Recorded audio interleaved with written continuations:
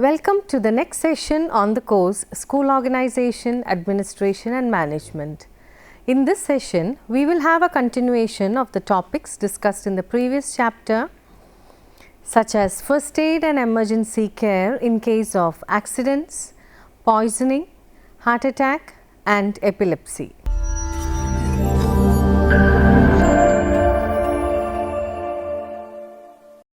First, we shall discuss the case of accidents.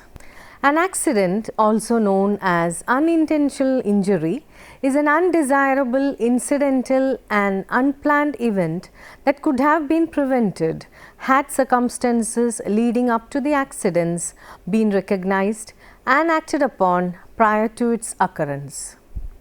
When approaching an accident scene, it is really important to ensure your own safety. Quickly assess the nature of the wreckage and be aware of possible injuries as a result. Your initial priority is quickly checking if casualties are responsive. If there is no response, check if they are breathing. If they are unresponsive and breathing, ensure they are in a position where they are leaning forward. Only remove an unconscious person from a vehicle if there is an immediate danger to their life from fire, flood and explosion. It is very difficult to remove an unconscious person from a vehicle and there is a major danger that you could worsen their injuries and injure yourself in the process. Treating a person met with accident. Steps needed while caring for accidents are: check yourself first.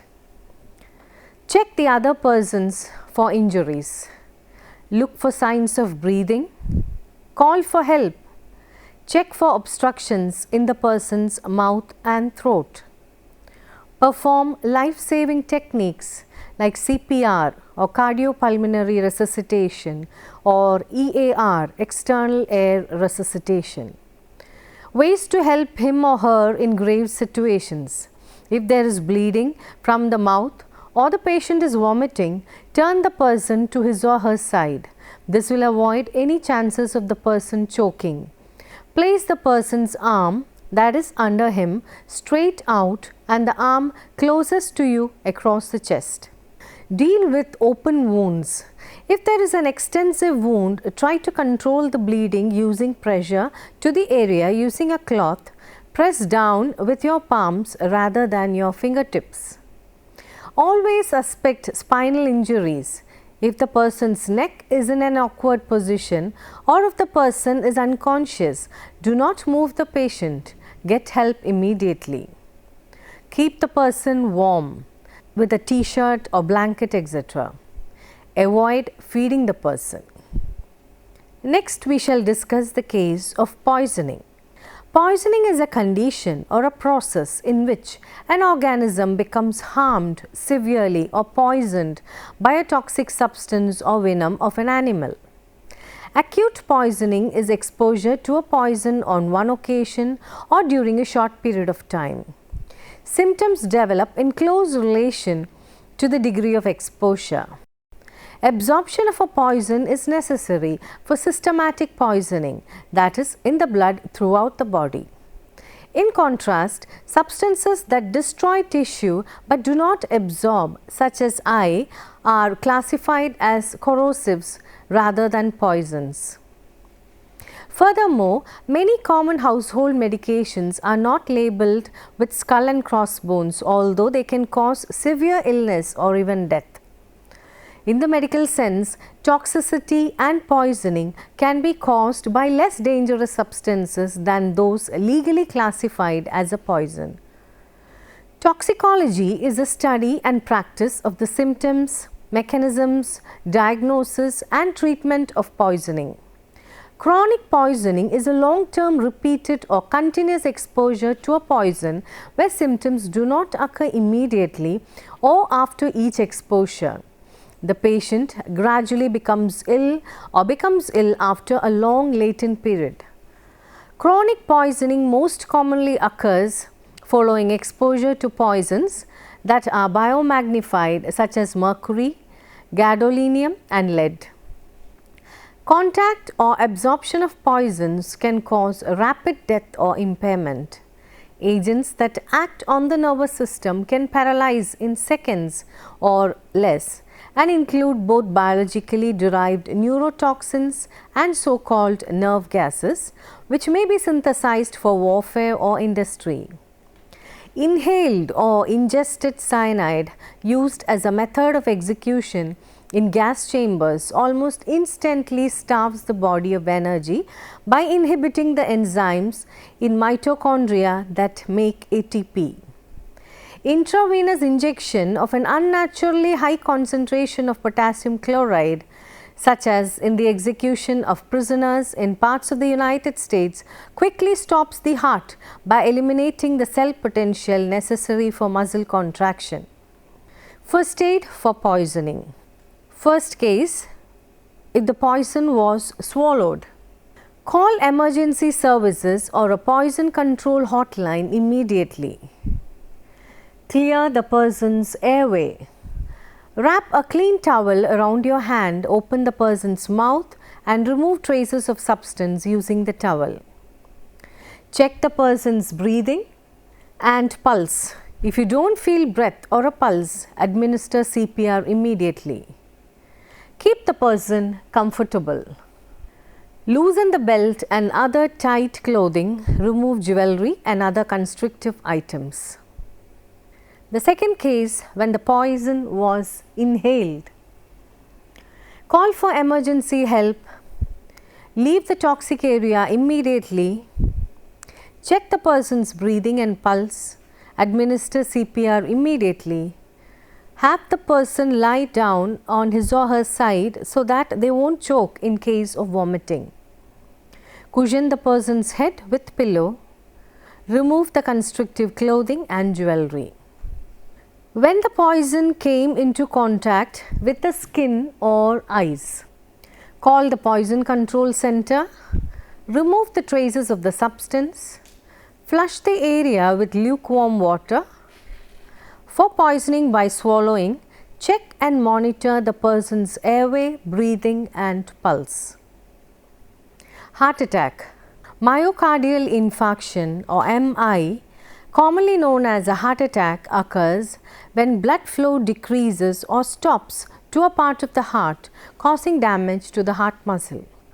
The most common symptom is chest pain or discomfort, which may travel into the shoulder, arm, back, neck or jaw. Often it occurs in the center or left side of the chest and lasts for more than a few minutes. The discomfort may occasionally feel like heartburn. Other symptoms may include shortness of breath, nausea, feeling faint or a cold sweat or feeling tired. About 30% of people have atypical symptoms. Women more often have atypical symptoms than men. Among those over 75 years old, about 5% have had an MI with little or no history of symptoms. An MI may cause heart failure, an irregular heartbeat, cardiogenic shock or cardiac arrest.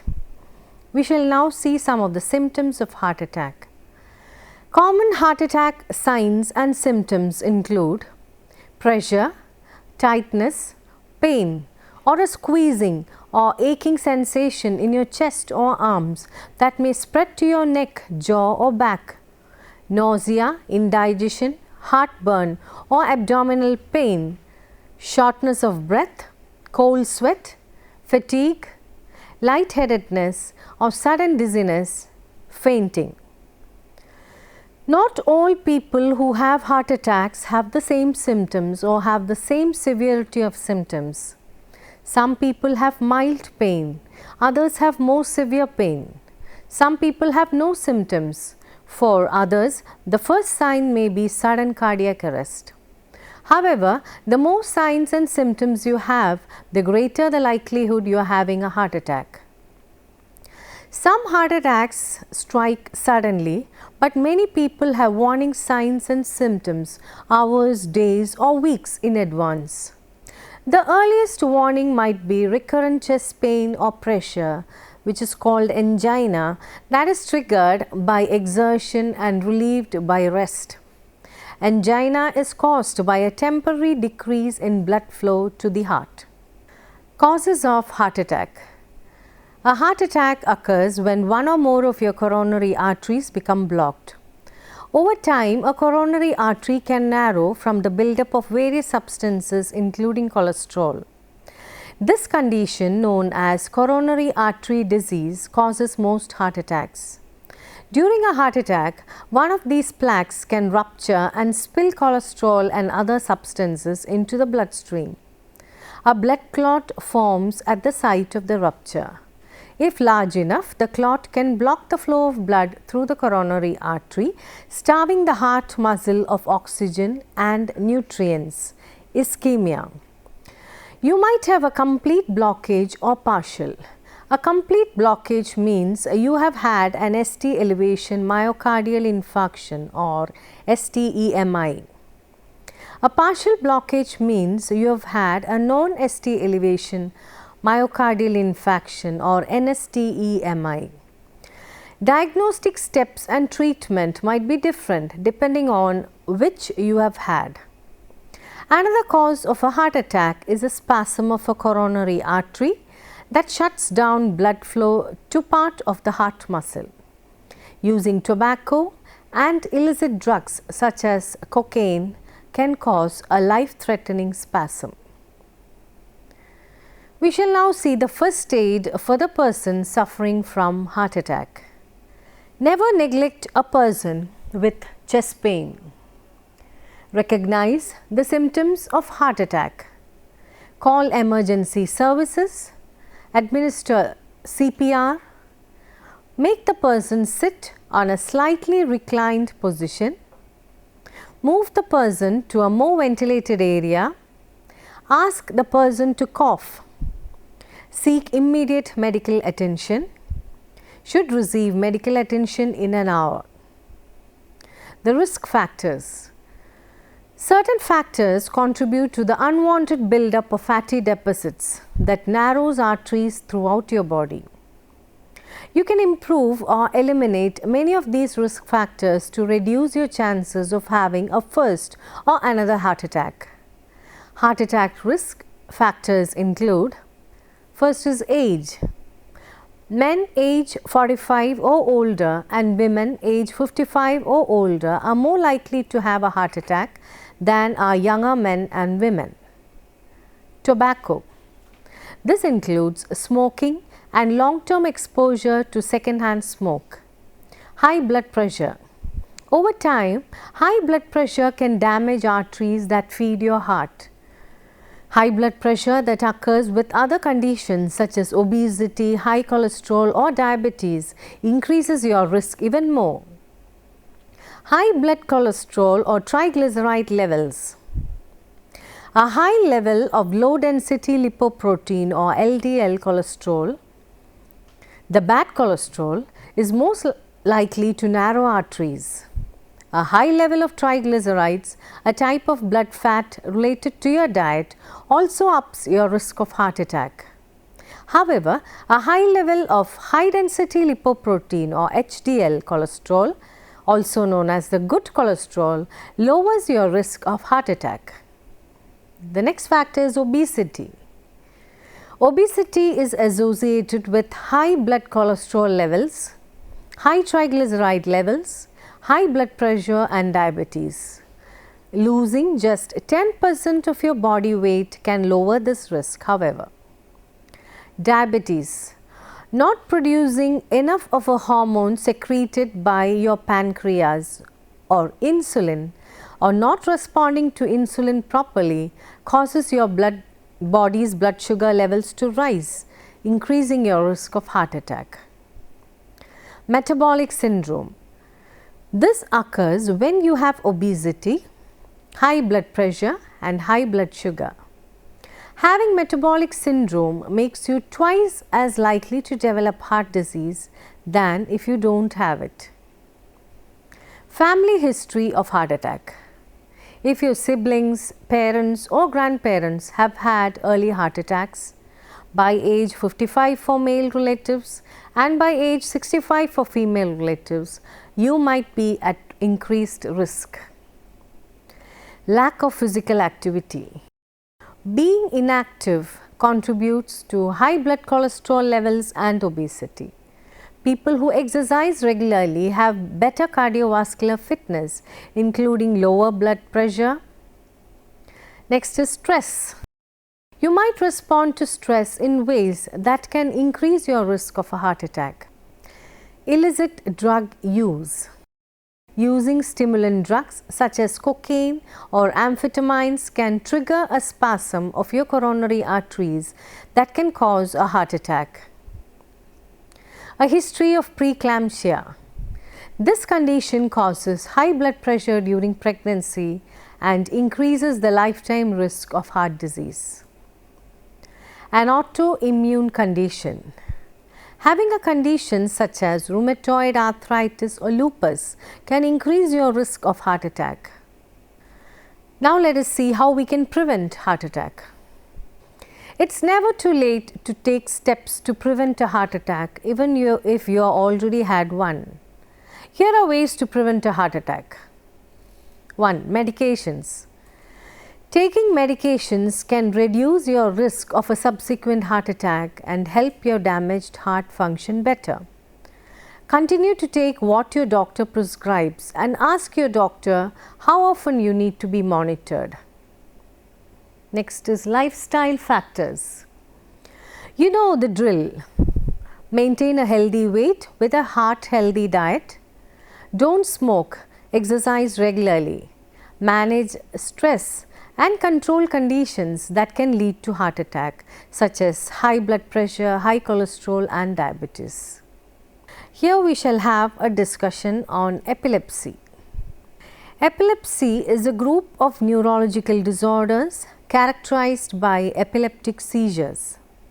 Epileptic seizures are episodes that can vary from brief and nearly undetectable periods to long periods of vigorous shaking. These episodes can result in physical injuries, including occasionally broken bones. In epilepsy, seizures tend to recur and as a rule have no immediate underlying cause. Isolated seizures that are provoked by a specific cause such as poisoning are not deemed to represent epilepsy. People with epilepsy may be treated differently in various areas of the world and experience varying degrees of social stigma due to their condition. Causes of epilepsy. Epilepsy can have both genetic and acquired causes, with interaction of these factors in many cases. Established acquired causes include serious brain trauma, stroke, tumors and problems in the brain as a result of a previous infection. In about 60% of cases, the cause is unknown. Epilepsies caused by genetic, congenital or developmental conditions are more common among younger people, while brain tumors and strokes are more likely in older people. Seizures may also cause as a result of other health problems. If they occur right around a specific cause such as a stroke, head injury, toxic ingestion or metabolic problem, they are known as acute symptomatic seizures. And in the broader classification of seizure related disorders rather than epilepsy itself. Genetics. Genetics is believed to be involved in the majority of cases, either directly or indirectly. Some epilepsies are due to a single gene defect. Most are due to the interaction of multiple genes and environmental factors. Each of the single gene defects is rare, with more than 200 in all described. Most genes involved affect ion channels either directly or indirectly. These includes genes for ion channels themselves, enzymes, GABA and G protein coupled receptors. In identical twins, if one is affected, there is a 50 to 60% chance that the other will also be affected. In non-identical twins, the risk is 15%. These risks are greater in those with generalized rather than focal seizures. If both twins are affected, most of the time they have the same epileptic syndrome. Other close relatives of a person with epilepsy have a risk 5 times that of the general population. Between 1 and 10% of those with Down syndrome and 90% of those with Angelman syndrome have epilepsy. Next is acquired epilepsy. Epilepsy may occur as a result of a number of other conditions including tumors, strokes, head trauma, previous infections of the central nervous system, genetic abnormalities, and as a result of brain damage around the time of birth. Of those with brain tumors, almost 30% have epilepsy, making them the cause of about 4% of cases. The risk is greatest for tumors in the temporal lobe and those that grow slowly. Other mass lesions such as cerebral cavernous malformations and arteriovenous malformations have risk as high as 40 to 60% of those who have had a stroke. 2 to 4% develop epilepsy. In the United Kingdom, strokes account for 15% of cases, and it is believed to be the cause in 30% of the elderly. Between 6 and 20% of epilepsy is believed to be due to head trauma. Mild brain injury increases the risk about 2-folds, while severe brain injury increases the risk 7-fold. We shall now see some of the symptoms of epilepsy. Alterations to sense of taste, smell, sight, hearing or touch, dizziness, tingling and twitching of limbs, staring blankly, unresponsiveness and performing repetitive movements. First aid for epilepsy. Stay calm. Look around. Is the person in a dangerous place? If not, don't move them. Move objects like furniture away from them. Note the time the seizure starts. Stay with them. If they don't collapse but seem blank or confused, gently guide them away from any danger. Speak quietly and calmly. Cushion their head with something soft, or if they have collapsed to the ground. Don't hold them down. Don't put anything in their mouth. Check the time again. If a seizure doesn't stop after 5 minutes, call for an ambulance. After the seizure has stopped, gently put them into the recovery position and check that their breathing is returning to normal. Gently check their mouth to see that nothing is blocking their airway, such as food or false teeth. If their breathing sounds difficult after the seizure has stopped, call for an ambulance. Stay with them until they are fully recovered. Let us now summarize some of the points which we just discussed. Any treatment given for the one suffering from a disease or an accident to improve their condition is called an aid, and the medical treatment given as aid is called first aid.